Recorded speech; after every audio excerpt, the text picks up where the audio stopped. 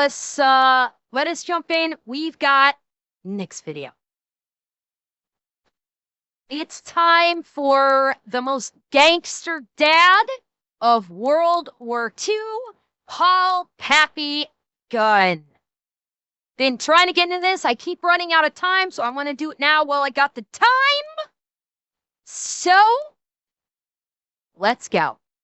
Whether they're willing to admit it or not, every single dad has thought about in his head the things that he would do to save his kids, and he also likes to think that somehow, if the situation required it, he would rise to the occasion and become a superhero to do so. Sure. Well, this is a story about a man that actually did that.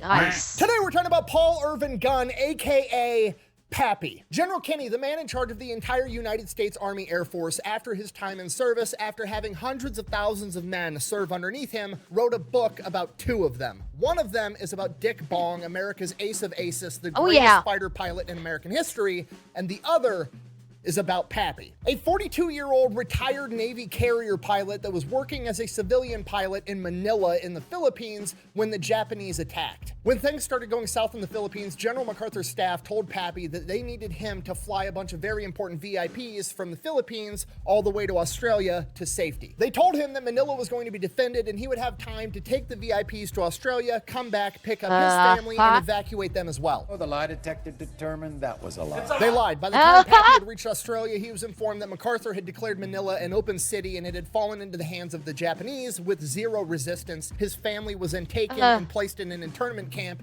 at Santo Tomas. Pappy then goes on a one-man rampage to get his family back, launching multiple rescue attempts, crash landing his plane multiple times before he comes to the conclusion he's not going to be able to do this by himself. The only way he's going to be able to get his family back is by helping America win the war. In order to do that, he steals an entire fleet of B-25 medium bombers from the Danish government, takes them back to his base, heavily modifies them by sticking 850 caliber machine guns in the nose, a feat that engineers said was impossible, creating the first predecessor for the A-10 Warthog. He then proceeds to train a bunch of other pilots how to fly these things and takes them out on missions where they wreak havoc on enemy ground troops in the Pacific. And after they've killed so many enemy soldiers that they need reinforcements and they're sending in a massive reinforcement convoy with supplies and an entire infantry division, Pappy heavily modifies the B-25s again to perfect a tactic known as skip bombing and utilizes them to destroy the entire reinforcement convoy before it ever reaches the coast, which directly leads to the liberation of the Philippines. General Kinney said that Pappy Gunn was more important to the war effort than any Japanese general ever could have been. So if this is true,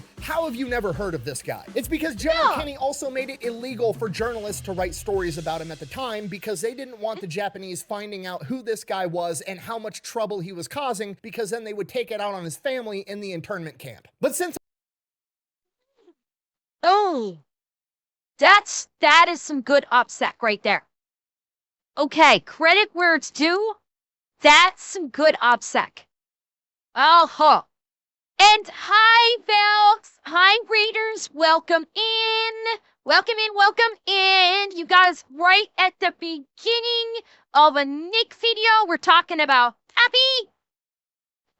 So if you would like to stick around and hear about one of the greatest war heroes of World War II, and apparently the man who invented the predecessor to the A-10 Warthog, please feel free to stick around and enjoy the ride.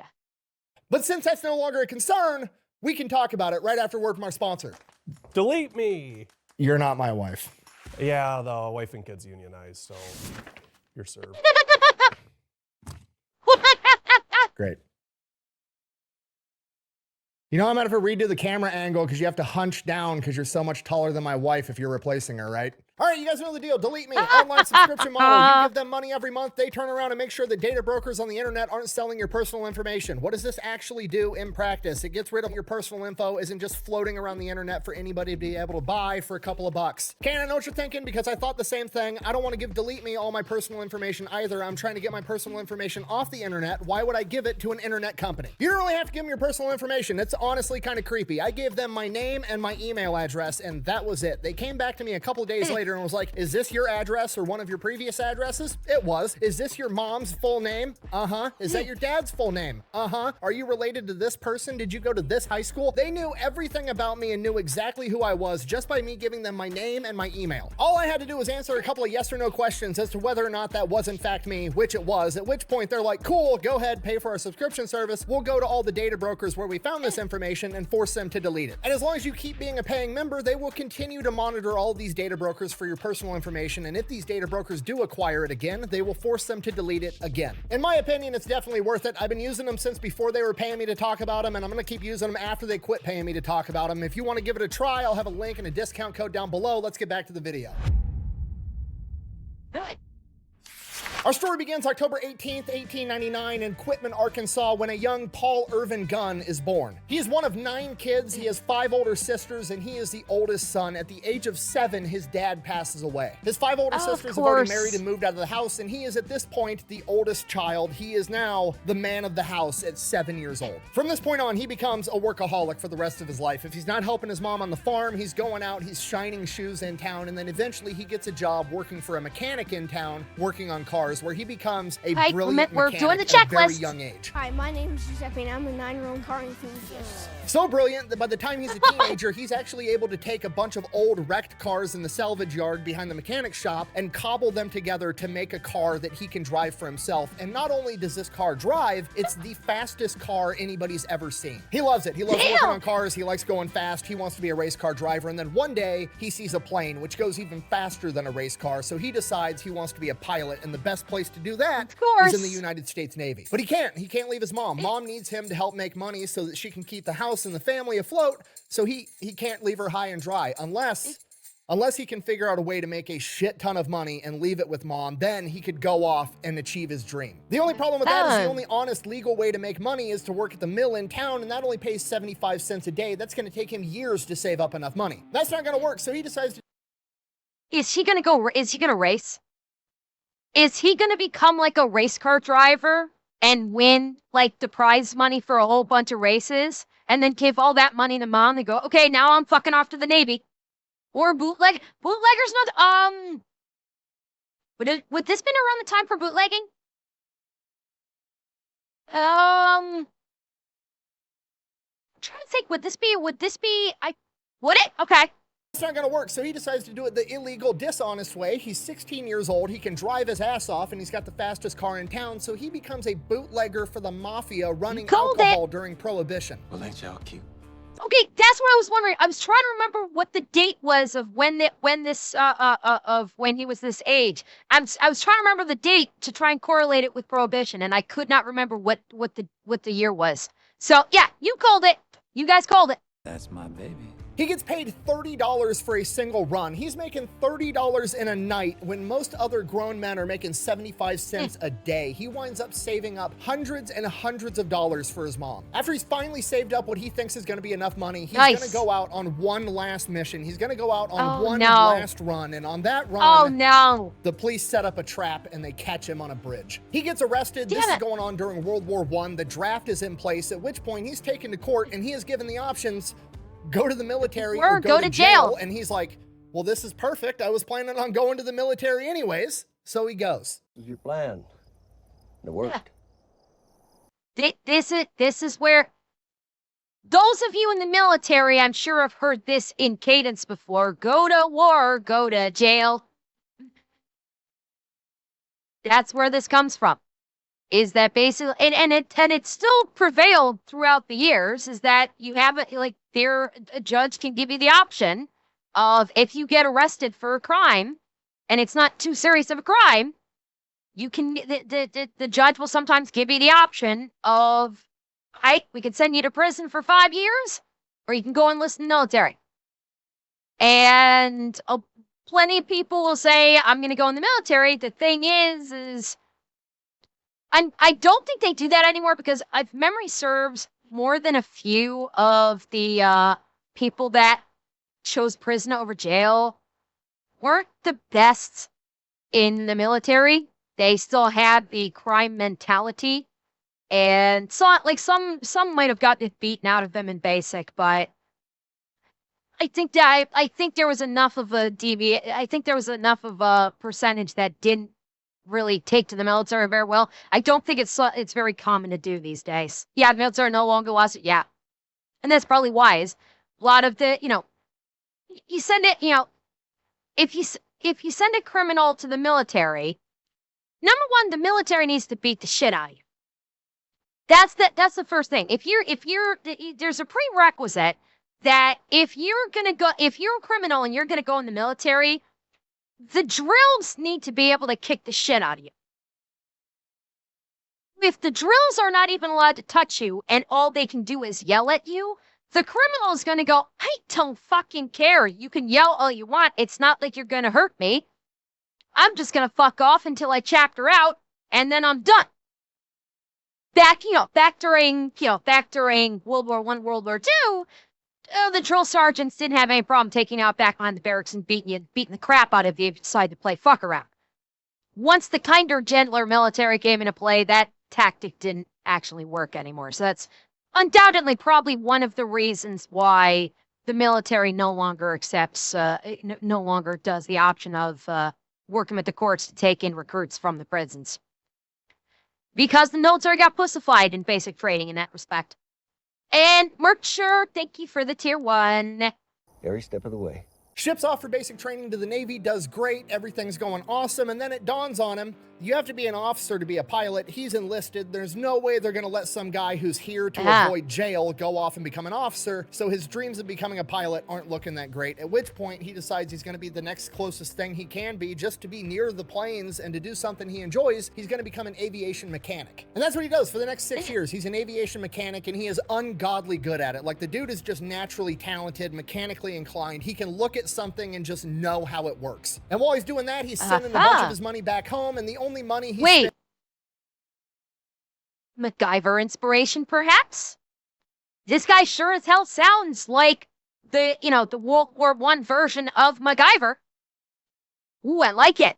Spending on himself is he's going out on his own personal time and paying civilian pilots to train him how to fly planes. During this period of time, he also meets his wife, Clara, I like and mine they better. end up getting married. And at some point along the line, Pappy, is like, you know what? You look more like a Polly to me. He literally names his wife after himself, which is the second pilot I've covered on this channel that just randomly renamed their wives. I don't know what's going on with that, but yeah, it happens. So he was at this point in his life, it's World War I. World War II is coming later. This is like at this period of time, it was the First World War. Now he's married to Polly. Hello, horse. I shall call you Burger. Now, right around the time his... By the way, I meant to say this and I kind of forgot to say it. Who the fuck does he think he is, Boogie? Seriously, this man was Boogie before he was Boogie by doing that shit.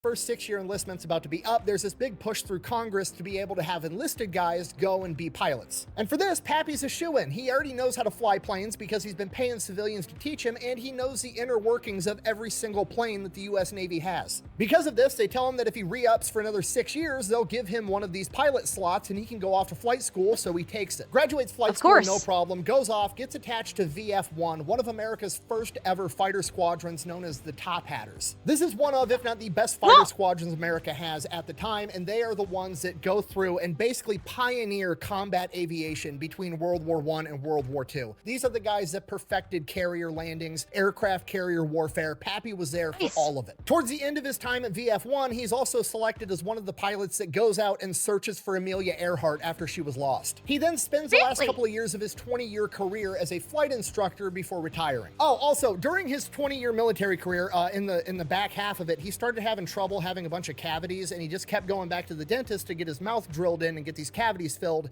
and eventually it was taking up too much of his time. It was taking up too much time away from the flight line, and he didn't like it, so he just goes to the Navy dentist and is like, hey, just pull all my teeth out and give me dentures. And the Navy dentist is like, absolutely not. And Pappy Gunn is like, fine. So he goes into the civilian market and has a civilian dentist pull out all of his teeth and give him dentures. Like I said, the dude is a workaholic. Holy shit. So Pappy retires from the Navy. Well, honestly, it sounds crazy, but honestly, he was going that route anyway. If he had that much problem with his dental health, he was gonna be getting denture. Like it probably was not gonna be too long before he was gonna have to get dentures anyway. And he just decided to speed run it and just cut out the middleman, father time, and just say, fuck it, let's just do it. Like, honestly, respectable. That's honestly respectable that he's just like, fuck it, I'm just gonna get ahead of it, get this shit done, so I don't have to keep going back and forth, back and forth, back and forth the whole time. Just fucking pull all the teeth and just give me the dentures and it'll be done. Yeah, sure. Pappy and Polly moved the family out to the Philippines in Manila. They've got 2 sons and 2 daughters, and they're living out in the Philippines. And Pappy is a founding member of Philippine Airlines. They've got a couple of Beech 18 planes, and they're flying people all over the area. This goes on for a couple of years. Pappy's retired. He's still flying planes. He's got his dream job. He's got his wife. He's got his kids. Because of the exchange rate between American currency and Filipino currency, they're basically very wealthy. They have servants working in the house. Things are great. He's retired. He's done. He's achieved everything. He's successful. And then World War II starts. America's not involved yet, but Pappy can see the writing on the wall. There's only so many airstrips in the Philippines, and Pappy's airline, Philippine Airlines, shares the same airstrips as the United States Air Force, and he can see that the United States Air Force is building up more planes and more troops and bringing in more supplies. They're getting ready for something, and Pappy knows that because he spent 20 years in the Navy. So he goes to his wife, Polly, and is like, hey, you and the kids need to go back to America. You need to go to Florida. If something happens here, we're not going to be able to hold up. Like, yeah, they're building up troops, but it's not going to be enough if the Japanese decide to attack. You need to get sent back home. Polly, his wife, absolutely refuses. She's not leaving. Okay. Oh, damn it. Now, by this point, Pappy's been in the Philippines for years. Everybody in the aviation community knows who he is. He's the best pilot around. If you need a pilot to get you somewhere nobody else feels comfortable getting you, or you need to fly through a storm, Pappy's the guy you go to. And on December 7th, 1941 is one of these cases. Pappy's plane gets chartered to fly through a storm. Pappy does it, flies through the storm, no problem, lands. When he lands, he blows out a tire on his landing equipment. He's now stranded on this smaller island until he can get this tire fixed. Not a big deal. Until he hears all the radio transmissions that the Japanese have just attacked Pearl Harbor. Oh shit, he needs to get home right now. So he gets on a boat, and then he gets on a train, and then he gets on a bus. He travels for an entire day and eventually makes it home, hasn't slept in 2 days, walks through the door, absolutely furious. The family's freaking out. His kids are like between the ages of 8 and 14. He's pissed off. He's telling Polly, damn it, you should have listened to me. Now it's gonna be too late to get you out. I needed you to leave. Now the Japanese are coming here to attack us next, and I'm not going to be able to get you out. But he's going to have to, so he leaves. He goes back to the airfield, Nichols Field, and he goes to where his hangar is with all of his airplanes, and he separates his planes out, sticking them in the spots that are least likely to get attacked by the Japanese, not if, but when they launch an air raid, because it's probably going to be tonight. He needs to save his planes so that he's going to be able to save his family. And at this point, Pappy's like the only one that's just ratcheted up to 11. Like, everybody else is like freaked out and sad. Pappy is like the one dude around that knows that the Japanese are on their way. He served, which is insane that, like, okay, you have got a World War I pilot that knows how military operations work. Why the hell would you not listen to the guy that's been in war, that knows how aerial combat is facilitated, when he's saying, hey, we need to start locking shit down. We need to start doing this. We need to start doing this. No, not the military. I'm not talking about the military arena. I'm talking about the civilians. Don't forget, Nick is talking about all the civilians, not the military personnel. Like all the people that are part of his airline, the people that are living on the island and everything like that. He's like trying to tell, he's like doing prep work. Why would they not listen to him and go, oh, okay, maybe we should listen to what he's saying to try and like do prep work along with him? It's like, and at this point, Pappy's like the only one that's just ratcheted up to 11. Like, everybody else is like freaked out and sad. Pappy is like the one dude around that knows that the Japanese are on their way. He served 20 years in the Navy. He knows the only reason the Japanese would attack Pearl Harbor and cripple the American Navy was so that they could attack everywhere else in the Pacific theater with impunity, and that's exactly what they're gonna do. On top of that, he also knows the atrocities that the Japanese military committed at Nanking and in China, killing and murdering innocent civilians and torturing them for fun. So he's freaking out, and he's trying to figure out how to get his family off of this island. And while this is going on, he finds out that, oh, I was correct, because the Japanese just attacked Clark Airfield, where all of the American heavy bombers are for the entire area, which was the biggest thing defending the Philippines. And the Japanese destroyed almost all of the American bomber fleet because MacArthur, even though he had time and he had warning from Pearl Harbor that the Japanese were coming, decided, now we'll just leave the bombers on the ground so the enemy can go by and drop bombs on top of fucking not moving targets on the runway. MacArthur. Perfect.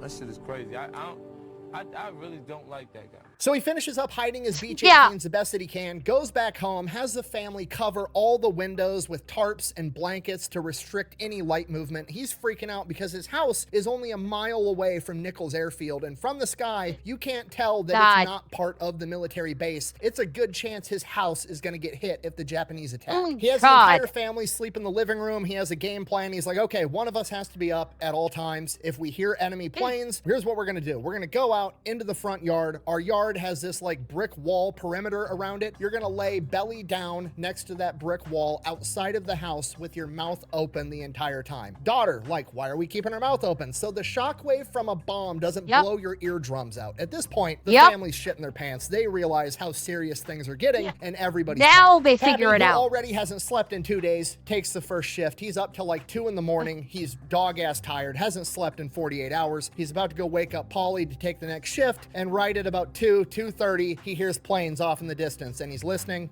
and he's listening, and he's so experienced as a mechanic and an aviator, he doesn't recognize that plane. And if Pappy doesn't recognize it, it's not a plane that's from the Philippines, and it's not a plane that's in the U.S. arsenal. It's the Japanese. Pappy wakes the entire family up. They rush outside, and they all get to lay belly down next to the brick wall in their front yard with their mouths open and watch Nichols Field a mile away get bombed to shit. Next morning, Pappy goes and finds an apartment deep into a residential area on Manila, somewhere that's going to be far away from any military objectives, so hopefully they're not going to get hit there. Moves the family into this apartment, and then immediately goes to check and see if his plane's... Well, Rudy, why she didn't listen is women were headstrong back then. You know, women were tough, and women were also had a very, very, very strong dedication that they're going to stay with their husbands. You know, this is coming from an age where, you know, if a husband was staying, the woman was staying too. They would not abandon their husband. They would not abandon their families. It's still today, but you have to admit, it was a lot more, this mindset was a great deal more prevalent in the general populace back during this time period. It's still around today, sure, but back then it was like, this was the rote mindset of the majority of women in society. Yeah, divorce was a disgrace. That women were by and large, for the most part, incredibly faithful to their husbands. They stood by their husbands, like 100 times more than you see today. Yeah, women today will still stand with their man. They will still stand with their families, but nowhere even close to the levels or the volume that was done so back in the 1940s and slightly earlier. That was just, it was ingrained in the minds of young women and girls as they were growing up, is that when you get married, it is forever. It actually is forever. And you stand, you stand by your man and you support your man through thick and thin, through everything. And women took that seriously. A lot more seriously than they take it today. And that's why she didn't leave. Even though Pappy was like, look, I want you out of here for your safety. She was like, no, you're my man. You are the head of this family. We are sticking right by your side. We're going through this together. That's why she didn't leave. Even though Pappy was pissed that she didn't leave, that's why. Is because she had the wifely dedication and the motherly dedication that you just don't see anymore. At least nowhere near as much. not going to get hit there, moves the family into this apartment, and then immediately goes to check and see if his plane survived. Luckily, 2 of his Beech 18s made it through the bombing. But they're going to come back tonight and they're going to hit it again. He's got to move these planes. He's thinking about where the fuck do I hide these planes and still be able to use them to take off? And he remembers that there's an abandoned airstrip from years ago right next to an old Chinese cemetery in Manila. He takes the planes, flies them to this abandoned cemetery, and then hides them in there. But now he's still got to be able to hide the airstrip because, yeah, the Japanese probably don't know about it right now just from looking at maps and stuff because it's so old and it's been abandoned. But if they're flying over doing reconnaissance, they're going to spot it eventually, and then they're going to bomb the airstrip, and then he can't take off, and then he can't use his planes, so he has to hide an entire airstrip from aerial view. So he goes, he gets a bunch of his employees from Philippine Airlines, and they work all day constructing sheds and makeshift shacks and putting them on wheels so that they can wheel them onto the airstrip and make it look like a homeless encampment or a slum and not an airstrip from an aerial view. He then heads over to the Navy office in Manila and is like, hey, are you guys calling me back into service? What do you need? What are we doing? Everybody at the Navy, nobody has any fucking clue what's going on. Everything's chaos. They basically like shrug their shoulders and like, I don't know, bro. We haven't heard anything. So then he goes to check in with the Army Air Force, and the Army Air Force is like, hey, we're confiscating every civilian plane. Everything we need, we're confiscating all of it. It's ours now. So we're going to take your Beech 18s. You can give them to us, and then you can go fend for yourself with your family in Manila. Or, since you're a pilot, we'll commission you right now, and you can be a United States Army Air Force pilot. And Pappy's like, fucking, I guess I'm gonna be a pilot, and he gets commissioned as a captain on the spot at the age of 42, just so we're all clear, which is ancient in military standards. Yes. Things aren't Oh so God, bad. yeah. Food's a lot better. We used to boil everything. No polio's good. Internet, so helpful. From here, Pappy's working like 18 hours a day as a pilot, doing whatever they need him to do. He's flying VIPs from island to island. He's moving supplies around in his Beech 18, whatever they need. He's working like 16 hours a day. And then when he goes home, he's working, trying to figure out how to get his family off this island and how to keep them safe. One of the things he needs is an air raid shelter for his family. He can't dig one because the water table in the Philippines is so high, it'll just flood. So he steals this giant boiler, cuts it open, and then builds an air raid shelter inside of this massive boiler that'll be able to deflect shrapnel, ideally bullets and everything else, and has his army guys serving under him. Kid! MacGyver. This man is fucking MacGyver. He just be building shit.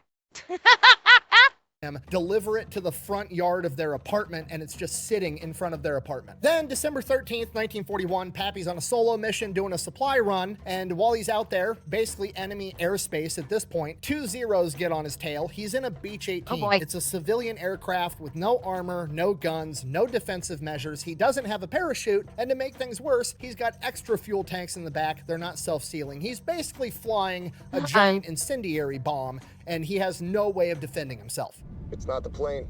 It's the pilot. The Zeros start shooting at him. Pappy does the only thing he can do. He dives down, gets like feet off the ground. He's bobbing and weaving in between trees, hills, flying nape of the earth. Anything he can do to try to lose these Zeros, he's doing it. They chase him for like 10 minutes. They wind up shooting out his right engine and hitting his fuselage. He winds up losing the Zeros, but now he smells fuel. They punctured his fuel tanks. They're not self-sealing. He still has a huge problem on his hand. He's not going to be able to make it far on one engine, so he goes to the nearest Allied airfield. He approaches. He radios in, no response. Radios in, no response. He has to land this plane right now. As he makes his approach, Allied forces start lighting him up with anti-aircraft fire, hitting his plane even more. Stop blowing holes in my ship! Pappy peels off, somehow manages to limp the plane all the way back to Nichols Field, a mile from his house, and as he approaches Nichols Field at night, he radios in. Still, no response from anybody. The radios have been knocked out in the previous air raids, and he's approaching, goes to hit the landing gear.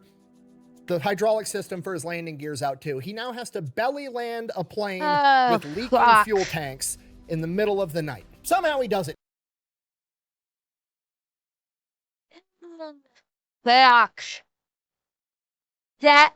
Okay. A pilot doing a belly landing is already bad enough. That's like, you have to remember, when you do a belly landing, the minute you touch down, you have zero control.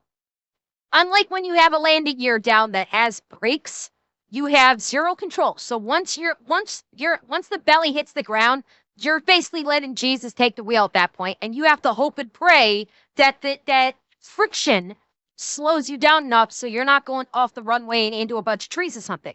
But now you have leaking fuel. And in case it wasn't obvious, a metal fuselage impacting concrete creates sparks. Leaking fuel and sparks do not fucking mix. So yeah, he could have potentially turned the plane into a giant fucking fireball. He crash lands this plane, ends up ripping the wing off. The plane's absolutely totaled, but he survives. He's got one plane left, and then he just kind of like goes home. He's later told by the mechanics that his plane had 130 bullet holes in it. But, Jesus. Whatever. He smokes a cigarette and heads home. Gets home late at night. Polly asks him how his day was, and he's just like, it was good. He didn't want to worry her. Shortly after this, the Japanese start landing ground troops absolutely everywhere. And Pappy's like, I need to figure out where to get my family. I have to get them out of Manila, like right now. And for the same reason, this is also the same time that the Army chain of command is like, we need to get out all of our super important VIPs, like right now. Pappy, being one of the best pilots they have, gets selected to fly out General Barradin, the head of the U.S. Army Air Force at this point in time. And he basically tells them, no, sorry, I got to get my family out. I've got more important shit to do. Figure out how to get your own VIP to Australia. At which point he is ordered to take General Barradin, and he is assured by the chain of command that Manila is going to be defended. He will have time to make it back and then save his family. It's working. So he does it. He follows orders. He flies General Barradin and his staff to Australia, and by the time he lands in Australia, he finds out that MacArthur has declared Manila an open city, and it has been turned over to the Japanese with zero resistance. His family, for all intents and purposes, as far as he knows, is either dead or put in a Japanese internment camp. Son of a bitch. Pappy flies off the fucking handle. He is pissed. He followed orders. He doesn't give a fuck about orders. He doesn't care about rank. He doesn't care about the military. He doesn't care about anything other than saving his family. And he's gonna do whatever it takes to get it done. And now they're trying to tell him he's not allowed to go back to the Philippines because it's too dangerous. Guess who doesn't give a single fuck about orders ever again? Pappy Gunn. So he goes out and somehow They just created a completely rogue agent. This, like, Pappy's not an officer anymore. He's not even part of the fucking military. He is now ex-military. He's going completely fucking rogue. And it's going, fuck you and the plane you just flew one on, which is mine. Or another, he acquires $3,500 and then finds somebody that's already headed back to Manila on orders, bribes them with $3,500, gives them his wedding ring and a note that says, get this to Polly at this address. And that letter tells her, have the kids ready, pack one bag apiece, be on this road at this time. I'll be there to pick you up. 10 days later, Pappy steals a military plane, flies it into the Philippines with no escort in enemy territory, completely unguarded at night, lands it on the civilian road that he told his wife to meet him at, and he sits there and he waits, and he waits, and he waits, and his family doesn't show up. So he does the only thing he can do. He heads back to Australia. Oh, fuck. Actually, you guys are saying Rambo? I got a better one for you. Fucking Sisu. This man is about to go fucking Sisu on their ass.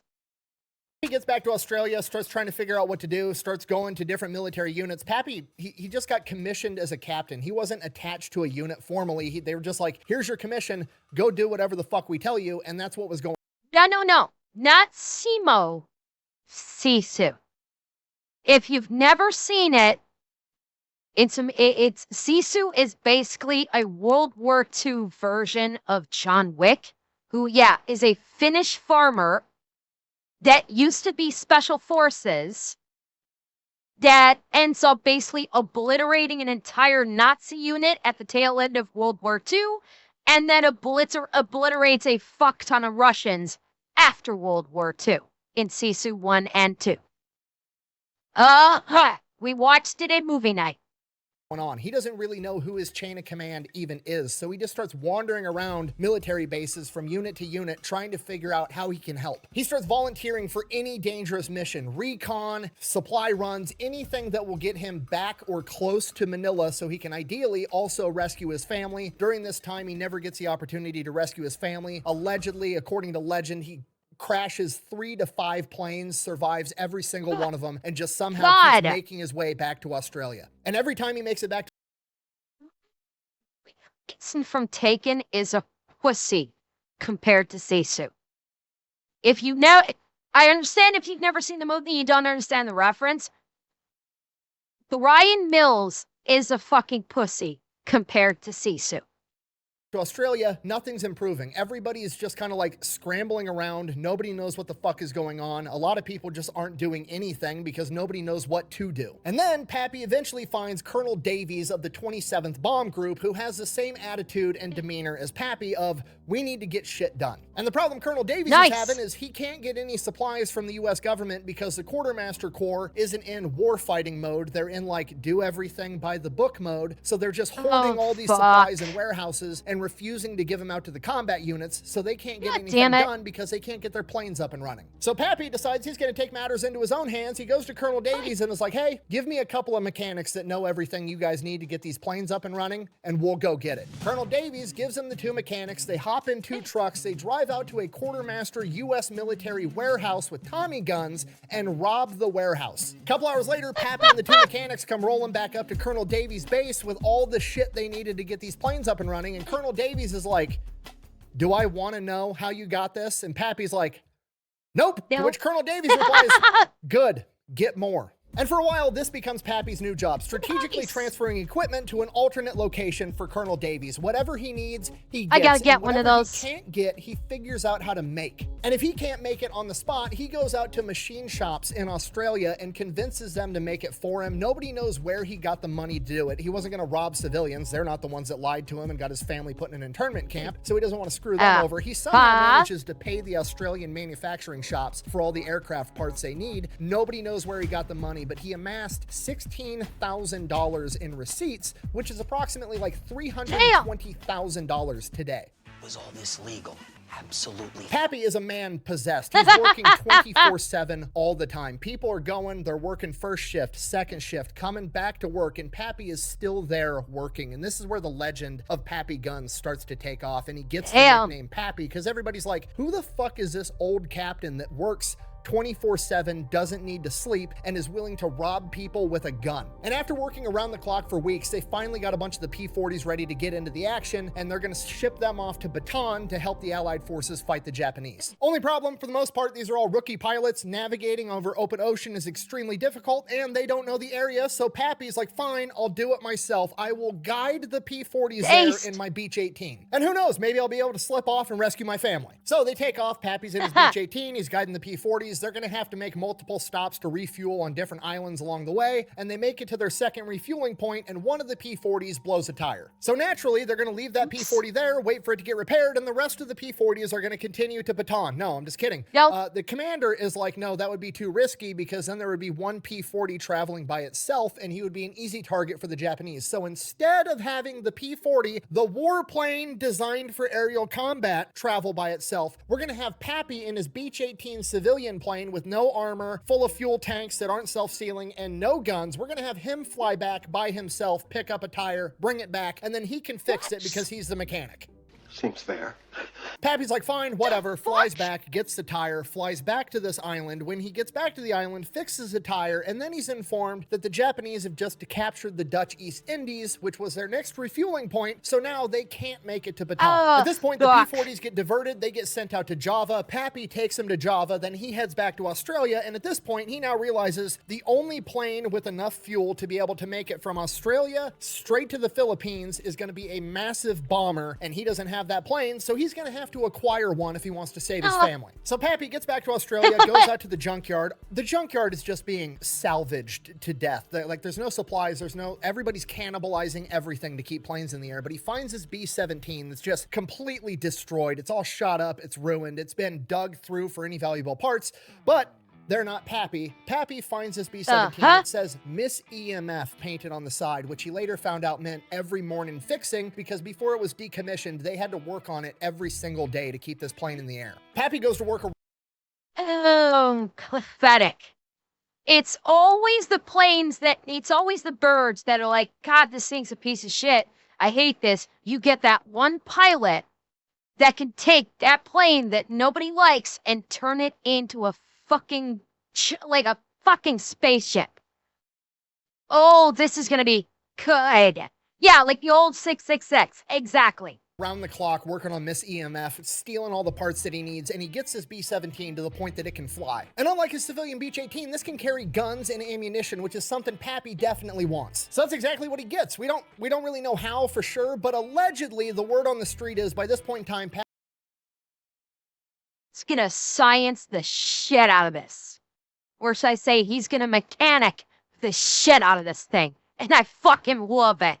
he gets. We don't really know how for sure, but allegedly the word on the street is by this point in time, Pappy had started carrying 2 Colt 45s on a chest rig on either side of his body, and he convinced a supply sergeant and some aviation mechanics to load up his plane at gunpoint. He then proceeds to go on multiple combat bombing missions by himself under no orders. Then the next opportunity to get to the Philippines arises. Basically what's going on at this point is Allied forces on the ground are just getting ravaged by malaria. They need to get malaria medication smuggled into the Philippines to keep their troops up and fighting. So they're going to get all this malaria medication, and they need a crazy pilot to fly all the way there, and Pappy volunteers, thinking it's going to be another opportunity to get close to my family. Maybe I'll be able to rescue him. So he loads up his plane with quinine, malaria medication, and flies straight towards Bataan. On the way there, about 12 hours in, Japanese Zeros spot him. They come in, they shoot him down. Pappy's somehow able to limp this thing to the nearest island, where he has to crash land into a coconut grove. Pappy then links up with friendlies on the island, finds out that his family is still alive, and then figures out a way to make his way back to Australia. A submarine comes and picks him up. When he gets back to Australia, he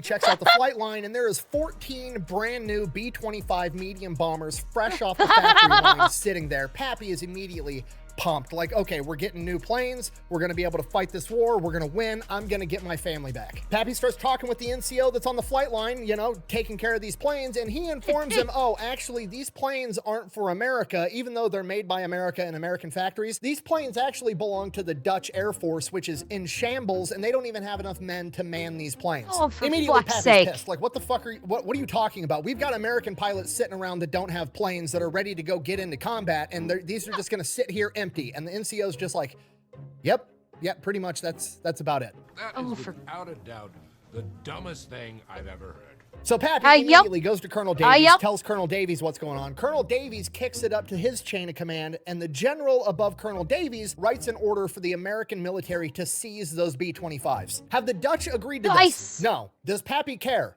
Also no. So Pappy and a bunch of his boys roll up to this Dutch airfield, and they're like, hey, we're supposed to take these planes. Here's our written orders. And the Dutch are like, what the fuck are you talking about? Nobody told us anything about this. No, you're not taking our planes. We need to look into this. We need to run this up our chain of command. You know, pretty understandable, normal chain of procedure that they're asking here. And Pappy's like, oh, sure, go ahead. You mind if we go look at the planes while you guys figure that out? And they're like, yeah, go ahead, go look at them, whatever. They go in the office to check this with the chain of command. Pappy and his guys hop in the planes and just fucking take off. By the time they land back at their airfield, the Dutch have already radioed up to the American chain of command. There's some major from a different chain of command. Remember STEAL?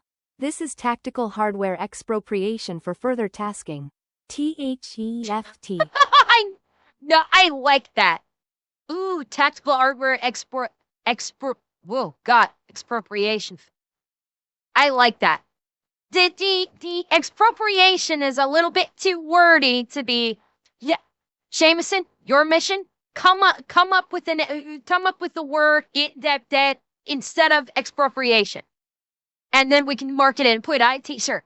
And that's there barking orders saying we need to take the planes back right now. You stole these planes, blah, blah, blah, blah, blah. Colonel Davies comes around the corner and is like, what orders do you have to make us send these planes back? And he's like, I have verbal orders from so-and-so. And he's like, cool, well, I have written orders right here, and written orders trump verbal orders, so fuck off, the planes are ours.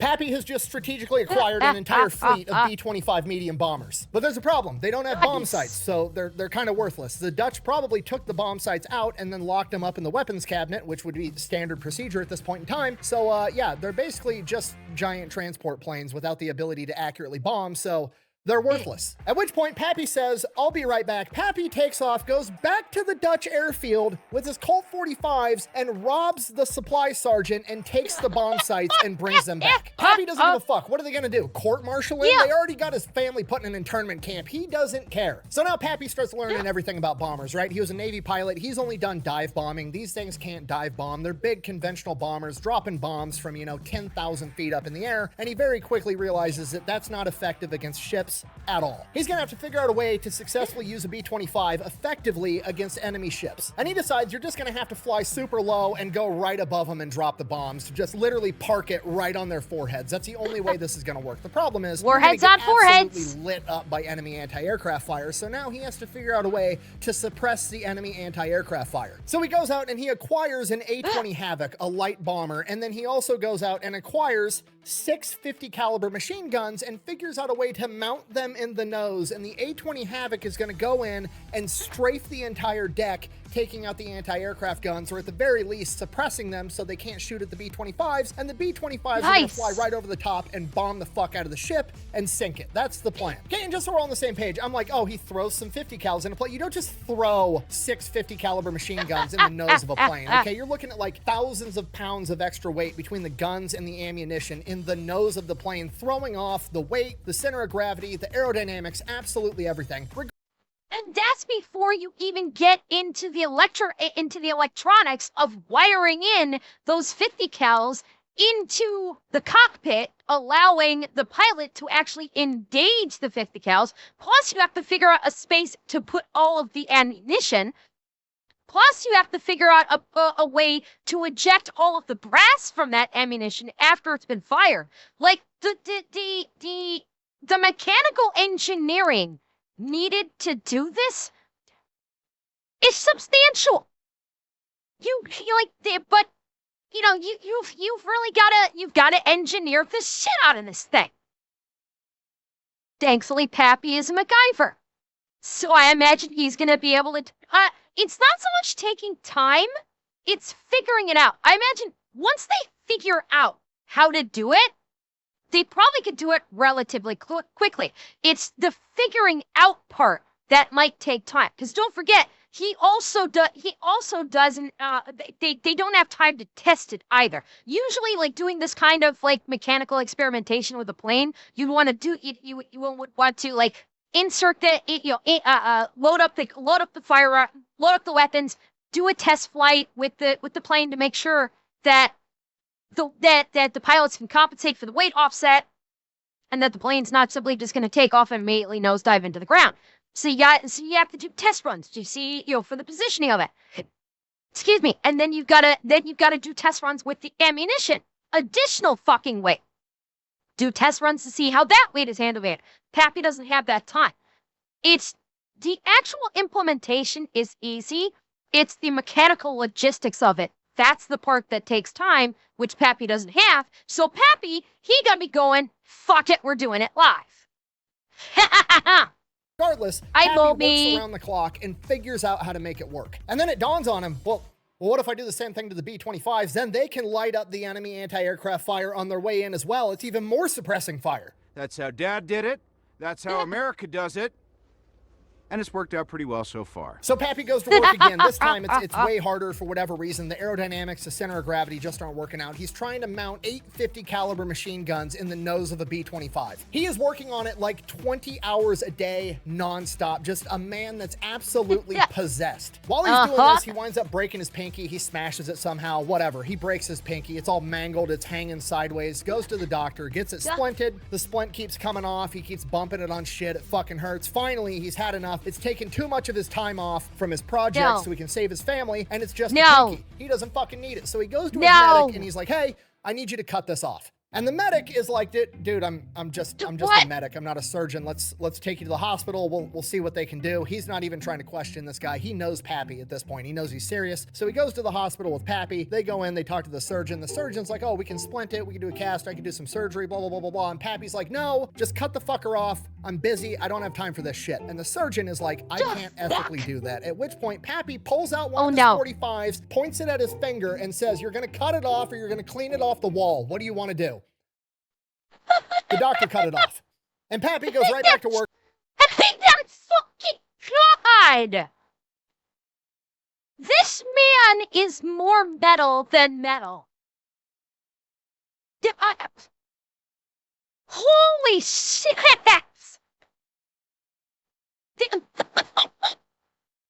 Yeah, like, this was a man, but, like, Dune guy. The Slayer would look at Pappy and go, good sir. Holy shit. No, this isn't when people had no fear. This is literally, as someone said, Pappy was a man that was possessed. This was to quote an expression, a man of focus, commitment, and sheer fucking will. That is Pappy right now. With 9 fingers.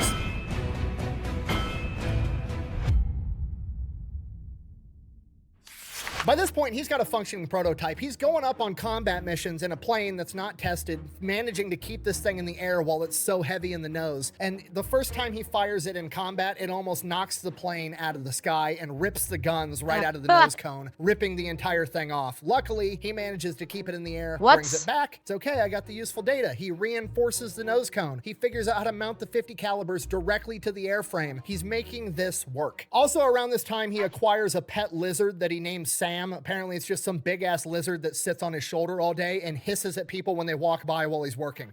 So everybody's just kind of like the old crazy dude Pappy has just he's lost his God! Okay, Pappy is my spirit animal. What the fuck? Oh my God, Pappy is so fucking based. He has no pinky, dentures, and yeah, he's now got a fucking pet dragon that hangs out on his shoulder and hisses at anybody when they walk by him. And in the meantime, he's building steel dragons out of the B-52, out of the 52. What the fuck? Holy shit, I love this man. He continues working on the plane. He continues going up on these test runs. Sam the lizard is flying shotgun on his shoulder the entire time. Eventually, he thinks he's got it. He thinks he's perfected the design. He has made this plane work somehow, and he wants to go test it. The problem is, there's no combat missions for the day, so he takes off anyways, and he's just flying around looking for something to shoot. He flies over a farm, and he sees a cow. Pappy and Sam, it was probably Sam's idea, but Pappy ends up strafing this cow, and allegedly, the 50 caliber machine gun fire from 8 50 cals picked... Lizard.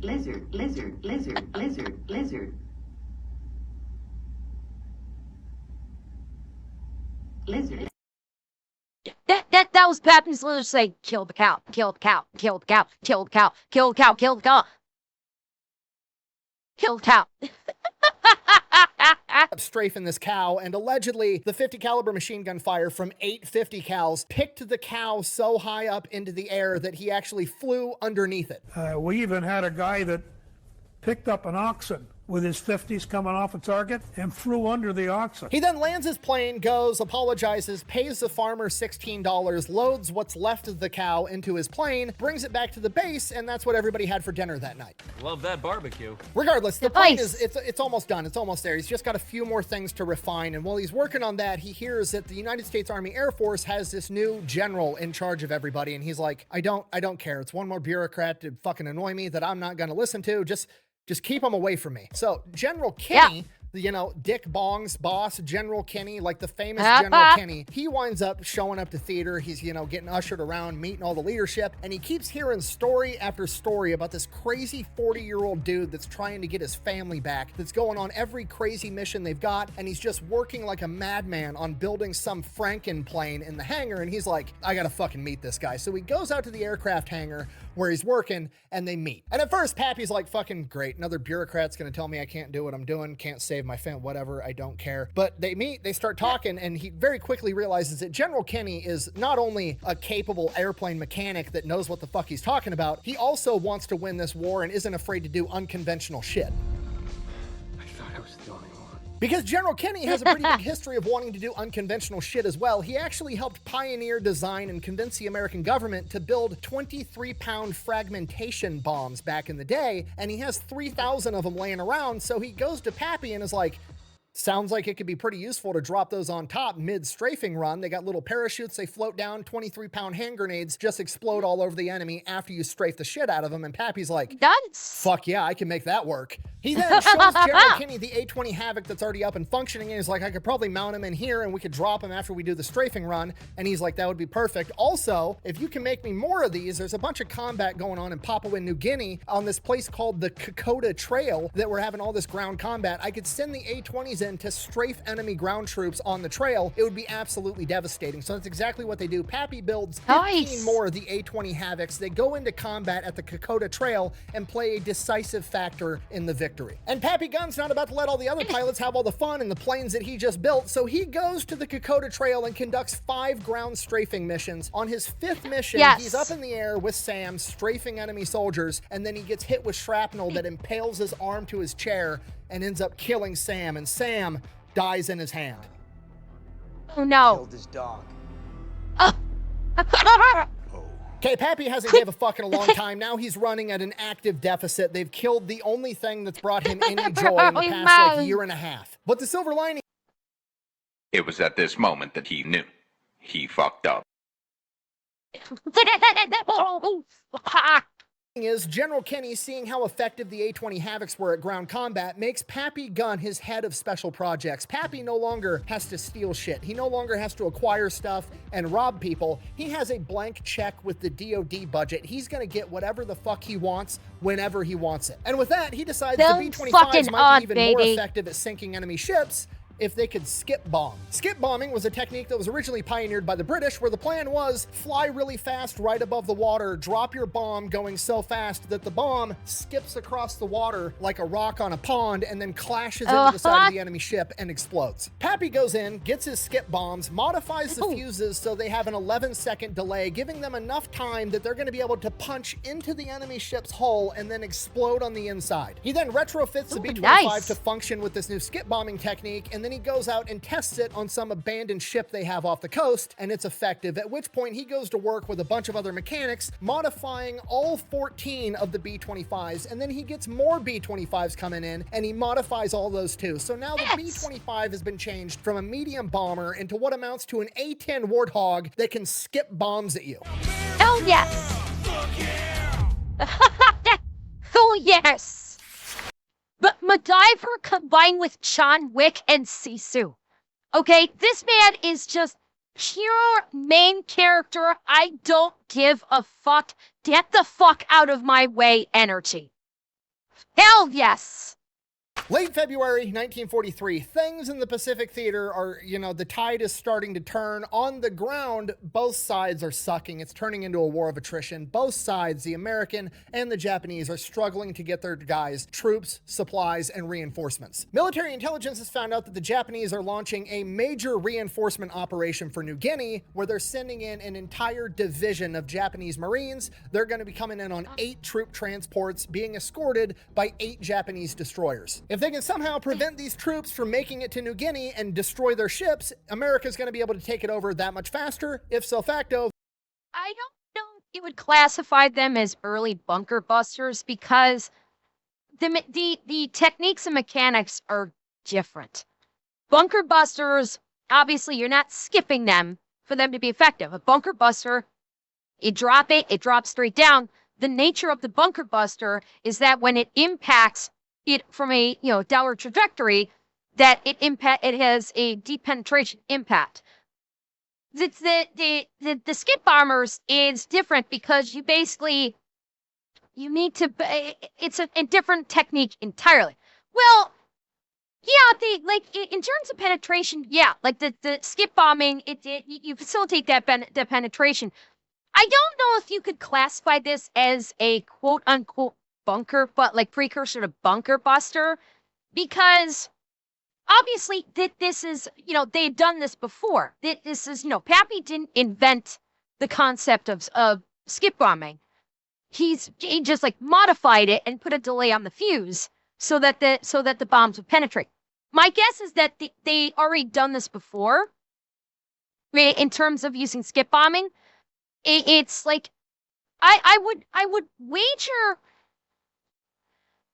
because the bunker buster came out when? When did the bunker bust. Yeah, and that's another factor. Is like the bunker buster, you have a primary charge that basically opens up the hole for the main charge to go through and then facilitate the catastrophic damage, which is the penetrative damage. So it's like I understand why you're thinking like, could this be like the progenitor of it? Not really. There's too much variance in both the engineering and the technique of the bomb that I would be comfortable classifying as the precursor to that. But I do get where your thought process is going on that. It just I do have to disagree that it's like the progenitor or the inception of it. See, is how the bomb goes in and detonates. Yeah, like, and that's what I said. I understand where your line of thought is coming from. It's just the mechanics and the technique of it are too different for me to agree with the idea of it being the progenitor, to being like the thing that maybe led to it. But again, I do understand where your line of thought is going, and it's not a bad line of thought, but I do disagree with it. That's all.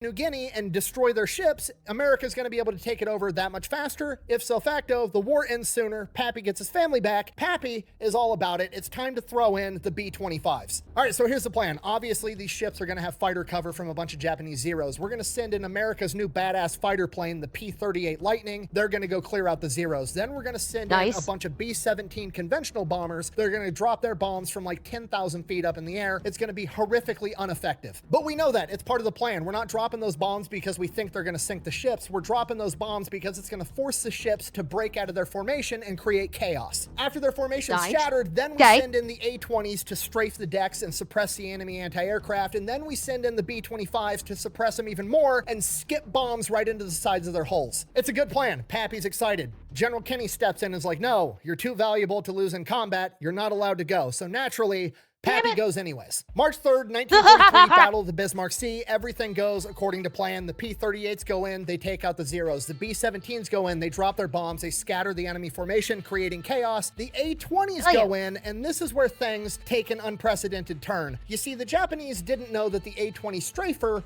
was a thing yet. So when they saw a bunch of light bombers approaching at low altitude, they naturally assumed that they were torpedo bombers because obviously that's the only thing that could be. Now, the doctrine for dealing with torpedo bombers, if you're a ship, is to turn towards the torpedo bombers so you reduce how big of a target you are, because if you let them be on your full broadside, they can hit the whole side of their ship. But if you turn to face them, they'd have to hit you dead on right on the front for a torpedo to be effective. So all their ships start turning towards the A-20 Havocs, assuming they're torpedo bombers. And what that does is it lines it up so that the A-20 Havocs, instead of strafing width-wise across the deck, are able to strafe the entire deck from bow to stern. I love it when a plan comes together. And those decks...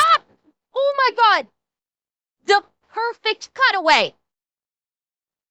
The absolute perfect fucking cutaway to the A-Team. Absolutely perfect, because they are a clandestine MacGyver-esque special forces unit. Perfect getaway there. And this is what I was thinking about. I didn't verbalize it, but I was just thinking about this. Given that they're a strafing unit, it would be more effective to strafe bow to stern as opposed to widthwise across a small section. Like, you're going to create, your damage is going to be like times 10 by doing a bow to stern attack. And I was wondering like how they were going to facilitate, I was thinking in my head as Nick has been telling the story, like, could they do that? Like, their approach literally be at the bow of the ship? Like, is there more of a risk from anti-air if they're approaching from the bow? Is there less of a risk? And turns out I didn't need to worry about that because the Japanese take care of this all on their fucking own and just presenting these guys with the fucking optimal target. Well, that's what I was curious, is if going head on would actually remove the anti-air threat, or would the anti-air threat be the same? Would it be increased for some reason? That's one thing I was curious about, depending on positioning in the guns. They're covered in enemy infantry soldiers, by the way, or at least they were. I go, did you ever kill anybody? And he goes, I threw grenades into bunkers. I go, were there people in there? He goes, there were, yeah. Then the B-25s come in, strafing and skipping bombs right into the sides of the hull. By the time the smoke settles, they've sunk all 8 enemy troop transports and 4 of the destroyers. And the death toll for the Japanese men on board range anywhere from 3 to 10,000. And that's it. Pappy is pretty much the driving factor and the mastermind behind the liberation of New Guinea. After seeing this, General Kinney radios back to America and is like, hey, we need to just start making the B-25s like this from the factory. He sends like the designs, the rough sketches, the gist, the idea, and the engineers back home in America are like, that's not possible. You can't put that much weight in the front of a B-25. This will never work. It's against the laws of physics. So Kenny is like, fuck this. Pappy, pack your shit up. You're going to America. You're going to show them how to build a fucking plane. Pappy goes back to America, goes into this boardroom of all these engineers, all these, smart people that know what the fuck is going on, and they explain to him why this would never work, why it's physically impossible, blah, blah, blah, blah, blah. And Pappy... Yeah, and Pappy just said, shut the fuck up. I've been flying a fleet of these for the last umpteen months. Get the fucking work. I'll do it my goddamn self if I have to. Physics don't mean shit to Pappy. He's like, it works. I've done it. We did it with like 25 B-25s already, and we sank a bunch of Japanese ships. By the way, here's a bunch of pictures because I rigged cameras up to all my B-55s too, so I could yell World Star while I fucking did it. Oh, yeah.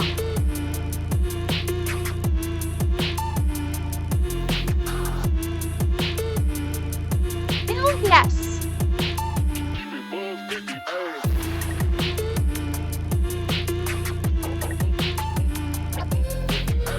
Pappy then goes and shows the engineers how he did it, and this becomes an official manufactured model of the B-25, the B-25 Strafer. After that, Pappy heads back to Australia, gotta save his family, gets back to Australia, starts working as a head of special projects for General Kinney again, and then he finds out that the engineers back in America one-upped him. They didn't figure out how to mount 8 50 calibers in the B-25. They figured out how to mount 12 50 calibers in the B-25, and that's gonna be the new standard B-25 Strafer. Hell yeah! They've one-upped them, sure. Is there multiple of them? Yes. Do they have engineering degrees? Yes. Do they have unlimited resources and didn't cobble it together in an aircraft hangar in the middle of a war zone? Yes. But also, Pappy Gun's not going to let that shit stand. He's got to one-up them back. Pappy goes back to work in his lab. You know what's cooler than a B-25 with 12 50 caliber machine guns? A B-25 with 4 50 caliber machine guns and a 75 millimeter fucking tank cannon out of a Sherman tank. Yes, he actually does this. Not only does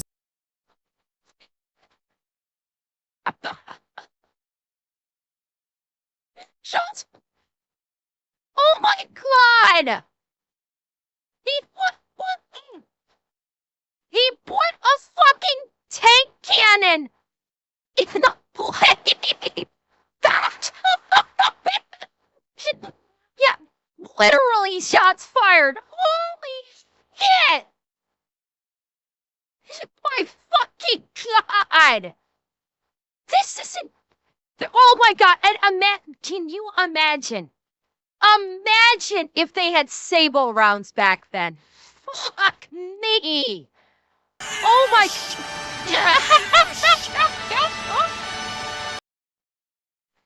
Oh, Pappy, I love you. Oh, I love you, Pappy.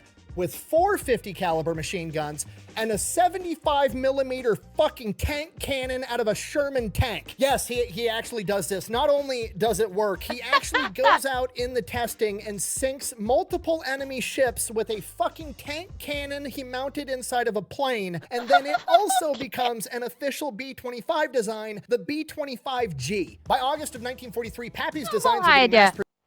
God damn it, I'm so fucking wet right now.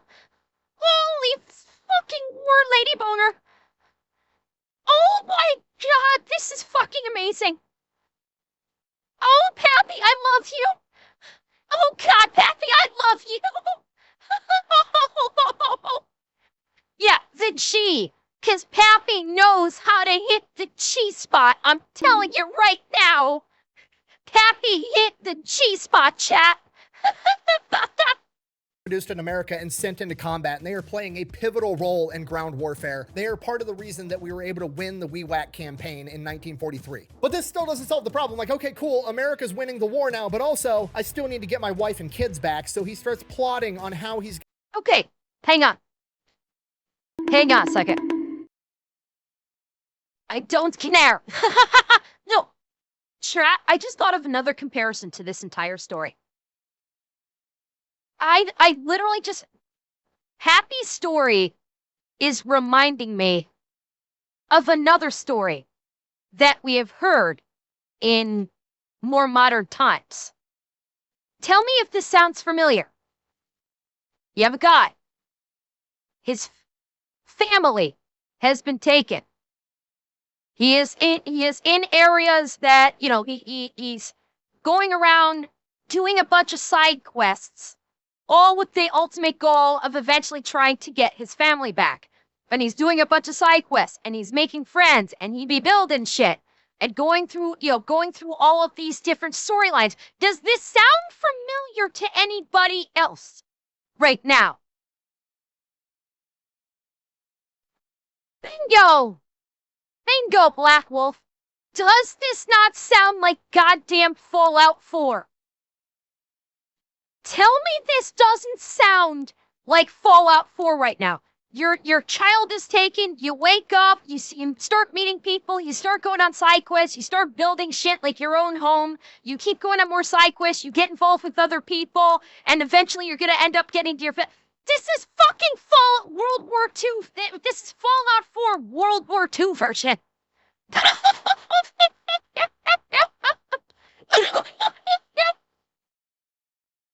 Oh my God! Gonna get back to the Philippines and rescue his family. By 1944, intelligence says that the Japanese are storing hundreds of Japanese planes in Manila on Dewey Boulevard, and Pappy's like, they're in a straight line. They're on a fucking street. Let me load up the B-25 with extra fuel tanks. I will fly straight there. I've got enough for a one-way trip. I will strafe all of these planes, take out hundreds of Japanese planes. I'll either land or I'll crash land, and then I'll figure out how to make it back to Australia. In reality, in the back of his head, he's like, then I'm gonna go rescue my fucking family. But General Kenny steps in and is like, no, absolutely not. You're too valuable. By September of 1944, America's gearing up to re-invade and retake the Philippines, and Pappy's like, let me go in, I'll organize guerrillas, I'll start fighting right now. And General Kenny, again, is like, dude, no, you are more valuable to me than a Japanese general. We're not doing this. You're staying here. Then, as the plans for the invasion of the Philippines get drawn up, they come to the realization that the American aircraft carriers aren't going to be enough to be able to maintain or even compete for air superiority, and they're going to need a landing strip somewhere in the area, preferably in Leyte. Problem, there isn't one. So they're literally, if this plan's going to work, they're going to have to send in a forward engineer party that's going to have to take the beach, get rid of all the Japanese there, and then build a fucking airstrip in a matter of like a day or two if they're going to have any chance of retaking the Philippines. Shit. We need your help to win this battle. Let's go. It's something that's just, it's not possible. But luckily, they have one guy that can do the impossible, Pappy Gunn. Pappy then hand selects his entire raiding and construction crew, makes an amphibious landing in Leyte, takes the beach, and builds a fucking airstrip big enough for every American heavy bomber to land on in the matter of 3 days. And on the very first of those 3 days, it becomes very apparent that some heavy equipment would be pretty fucking handy, like, I don't know, a bulldozer. So Pappy takes off on his own behind enemy lines and steals a Japanese bulldozer and then uses that to build the airstrip. After they get this airstrip up and running, the Japanese bomb the airstrip, and Pappy dives underneath a Jeep and he gets hit with a white phosphorus bomb, and he wakes up in the hospital after being in a coma. Yay. And shit. When he finally wakes up out of his coma, he has excruciating pain that seems to be agitated by like noise. Any music, loudspeakers, anything just makes this searing pain in his arm where he was hit with this white phosphorus go crazy, so much so that it makes him pass out. The doctors evaluate him. They tell him it's all in his head. They tell him he's making it up. He's malingering. He's trying to get out of combat. They obviously don't know who the fuck Pappy Gunn is. He's just another wounded soldier to them. And this goes on for weeks, just excruciating pain pain, so much so he's blacking out constantly. He feels horrible. He's like on his deathbed. It's actively killing him. And then General Kinney finds out what's going on, chews out all the doctors like, this dude's a fucking hero. He's not malingering. Trust me, I have to do everything I can to keep him out of combat. Whatever's going on, he's not fucking faking it. Yeah, I mean, to be fair, it's like communications is not nearly as effective as today. Is when he probably got airlifted, you know, when he got airlifted to the hospital and he was unconscious, he was literally just a patient.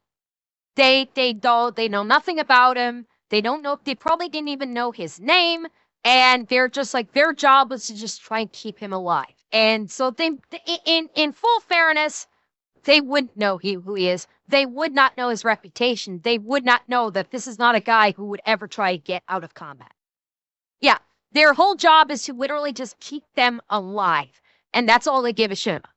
Check him out again. They do more and more. They check him. They finally do an exploratory surgery and find out that a piece of the white phosphorus, which is extremely fucking hot, had entered his body and seared one of the nerves in his arm, and it was still open and red and pissed off, and that's how he was getting agitated by sound. So they go in there and cut everything out, patch him up, and now he's just in the hospital recovering. And while he's in the hospital recovering, he gets more visitors. His wife and kids. While he was in the hospital, America had liberated the Philippines, including Santo Tomas internment camp, where his family was being held, and they managed to survive. After his family had been liberated, it took them a couple of days to make their way to the hospital where Pappy was being held, and the entire time, every different person they got handed off to was like, holy shit, you're Pappy Gunn's wife and kids. All they could hear about was all the legendary exploits and what their dad did to save them, and how he's the reason that they're getting saved this early in the war. And then Pappy Gunn got to hear all the stories of what they had been up to for the past couple of years. And in this internment camp, they were starved, they were beaten, they were treated horribly. His wife came down with appendicitis, and they didn't have general anesthesia, and she had to have her appendix removed while she was awake. And as the stories went on, as horrific as they were, there was a silver lining, and it was the fact that his kids took after him. His daughter had a cyst on her spine and had to have surgery, and she was in a full body cast for months. She used that body cast to hide and smuggle intel in and out of the camp to guerrilla fighting groups. Quite literally, some of the intel that was probably used by Pappy to help save them was delivered by them. His sons would break out of the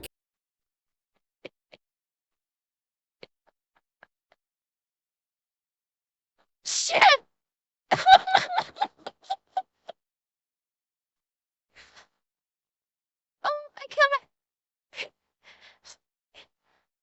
It's so fucking horrifying, but so fucking amazing at the same time.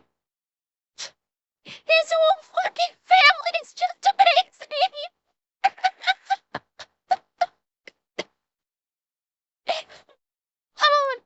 Oh God. Oh God. It's just his whole family is just amazing.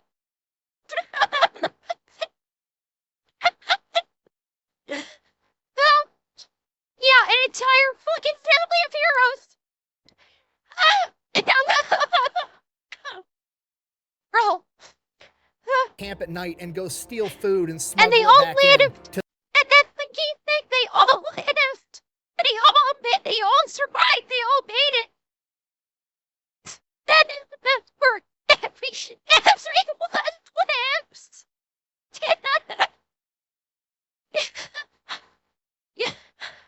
Everyone lives. To feed their sisters and their mom, themselves, and other people. The entire time, Pappy Gunn was fighting his ass off to get back to his family. They were doing the exact same thing to get back to him, and that is the best ending to one of the best stories I think I've ever told. Thank you for watching. Best way to support the channel is go buy some merch, maybe drink some Echelon. All that's available over at thefatelectrician.com. Quack bang, out. This is one of those stories that I really hope gets made into a movie, but I know that they would ruin it at the same time because that seems too unrealistic. Bear. Yeah. Oh, God damn it. 07. Pappy and family.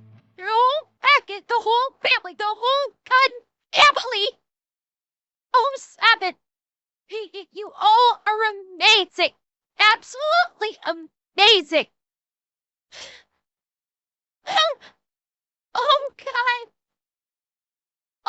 my God. That was incredible. That was absolutely incredible. Oh, that was an amazing story. That is an amazing, amazing family.